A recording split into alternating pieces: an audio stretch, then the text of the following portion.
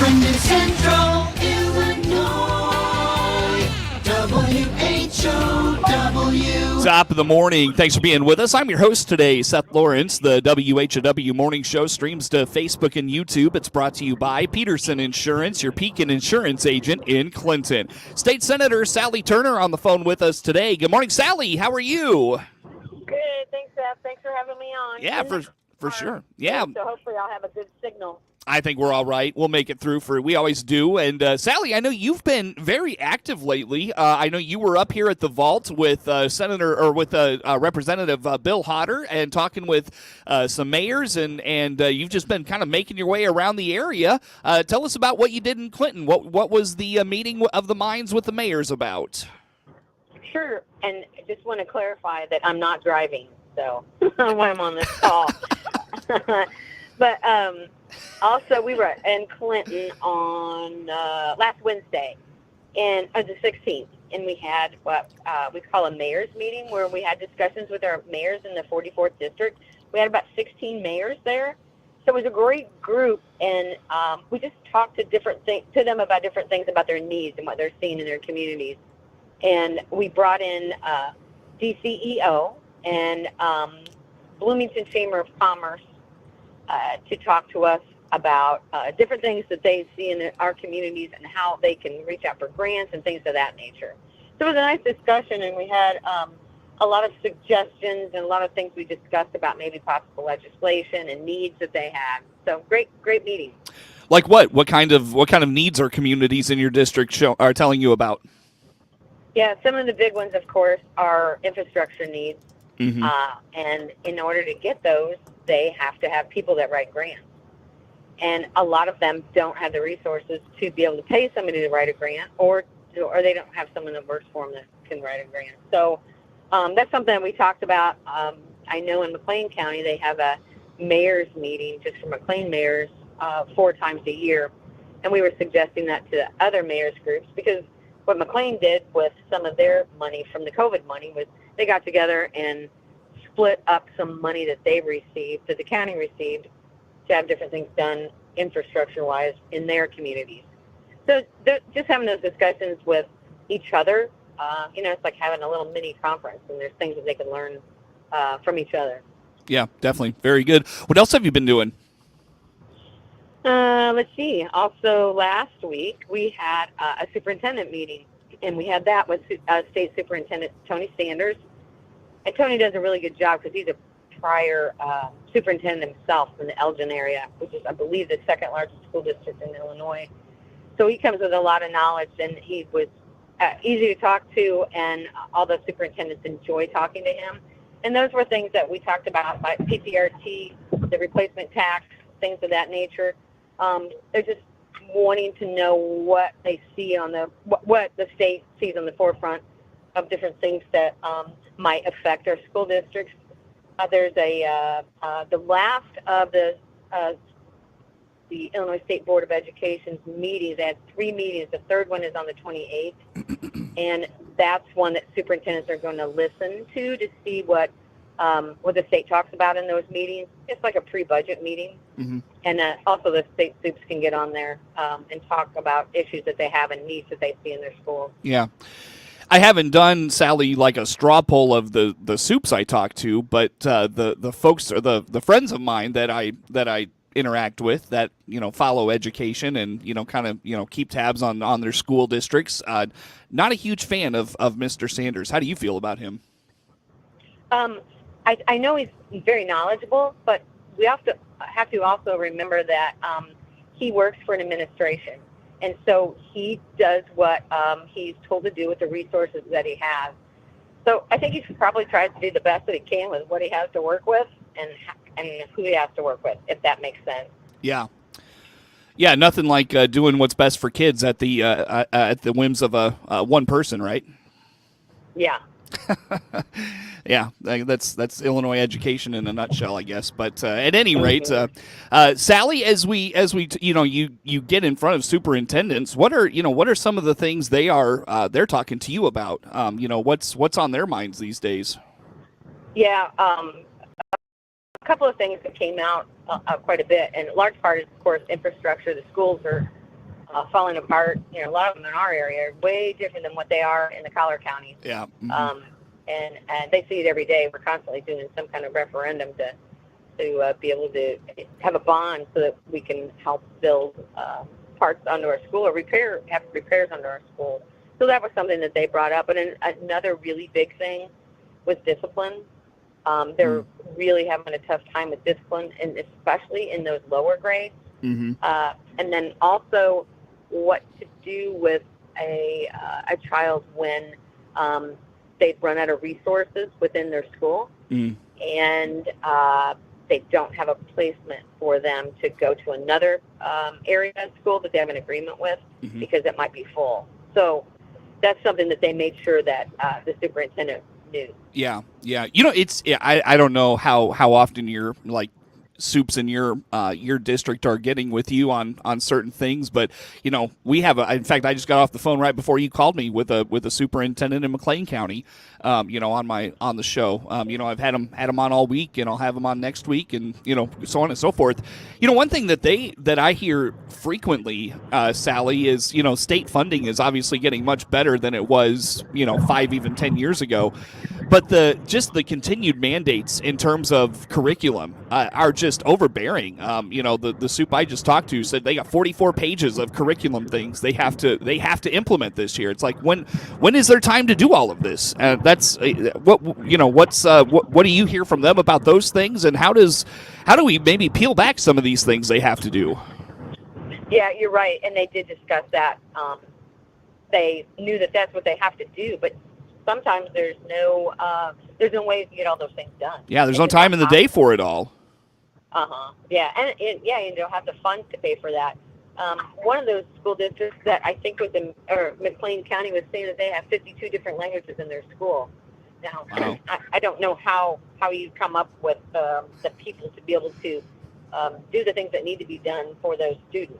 So that just doesn't really make any sense. So, yeah, there's different things that they're having difficulties with, and I think they do the best that they can with what they have to work with. Right. And they should be able to have waivers if they need those. Yeah, and you know, one thing that a lot of Central Illinois school districts are fortunate to have, you know, I don't know about, you know, the Bloomingtons, Decatur, Springfield, Champagnes, all of those, but you know, a lot of districts, Sally, fortunate to have a strong local tax base to tap into and have reliable dollars that way. I know I've heard of districts where they don't have that. They rely a lot on the state, and those dollars only go so far. Yeah, you're right, Seth. You know, Monticello was talking about that they receive a good chunk of that PPRT, that personal property tax, and that's very helpful to them. And this distribution is different all over the place. So we do know that those increases are occurring. I think they're at 75% of the school formula now. Yeah. Sally, I just put two and two together. I had a couple of soups scheduled for earlier this week, and I had them tell me they had to not cancel. We rescheduled because of a meeting. I'm just now putting it together. They were going to your meeting. You're taking my guests off my show, Sally, and I really don't appreciate this. Sorry about that. No, it's all right. I'm just kidding. I will say we are very, very fortunate to have the talent that we have in our local schools. Yeah. They do a great job, and I really appreciate them. Again, with trying to deal with all the mandates that they have and with the low amounts of money that they have. Yeah, the mandates are just it's crazy. It would make people's heads spin if they had to keep up with all of those things. And that's just the curriculum side of it. You know, there's things that they have to go through in terms of funding and their budgets and all of that. You know, that's confusing on its own. I've had 2 or 3 superintendents the last couple of visits I've had with them where they're trying to explain to their communities how budgeting works in the school budget. That alone is another one that'll make your head spin. Yeah, you know, that's interesting. And one of the superintendents, I don't recall which one it was, brought up the fact that they're going to soon have a lack of principals and superintendents because a lot of the teachers, they don't want to take that step up because they might be maxed out where they are, and they take that other job that they won't get paid what they would normally get paid in a different position. So we might see some problems with that on the forefront. Well, I'll tell you what, I was hearing about that a few years ago through a couple of hiring processes I followed kind of closely, was that the superintendent's availability is just not there. It's almost like the teacher shortage. And right now, school districts, I've had 3 or 4 conversations in the last 10 days about, shortages for substitutes. It's, K-12 education in Illinois, while in good shape in some ways, is not in good shape in others. Yeah, you're right. And of course, they did discuss the difficulties with substitute teachers, and that's always a problem. And I hope that we can find some ways around being able to have more people to assist in the schools, and have the teachers be able to get a break when they need a break. Mm-hmm.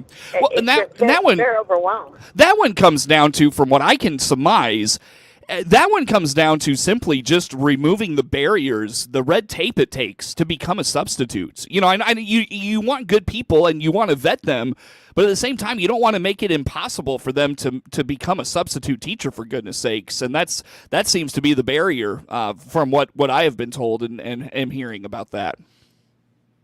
Yeah, actually, we talked about that a while back, and I hope that that some of that's coming to the forefront, and it's something that needs to be done. Of course, if I bring a bill out, it might not be heard. So we depend on some other folks to help get us to the bills that we want to be heard. And you kind of understand what I mean. Mm-hmm. Superminority makes it kind of hard. It does. Sally, I'll tell you what, maybe let's take a break here and talk about what's coming up in Springfield as it relates to maybe some of those education things and some of the other items that could be up for a vote or veto when veto session convenes here in a few weeks. We'll take a break with State Senator Sally Turner on the phone with us on the WHOW Morning Show.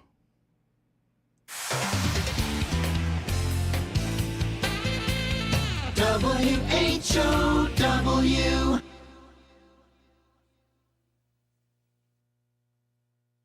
Hey there, it's Ramey Miller, personal and business coach, and also owner of Run Deep Coaching, and a Taylorville native now living in the Northern Illinois area. I have the pleasure of helping people strengthen the relationship with themselves and others virtually, no matter where they are. Seeing what's possible for people is the highlight of my job. For example, I support people through job transitions, relationship changes, and developing new habits. Recently, I hosted a workshop and people walked away with hope, courage, feeling worthy and seen. I would love to connect with you. Feel free to reach out for a virtual complimentary 60-minute conversation to see if it's a good fit to work together one-on-one, or we can just simply discuss any upcoming events.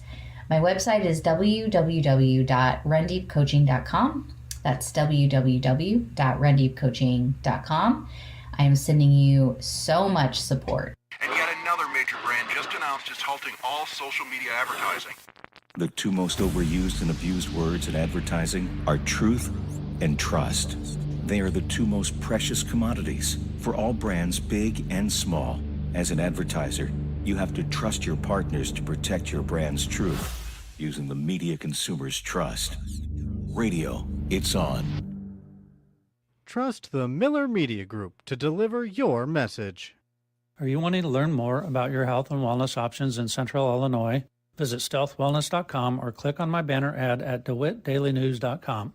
Let me, Dr. Bill Byers, show you some simple, under-the-radar ways to improve and take control of your health. This is Brett Zerfowski with Central Cremation Center. We have expanded our business and now offer private pet cremations to memorialize your loyal companion. Find out more about us by clicking our icon at DeWittDailyNews.com.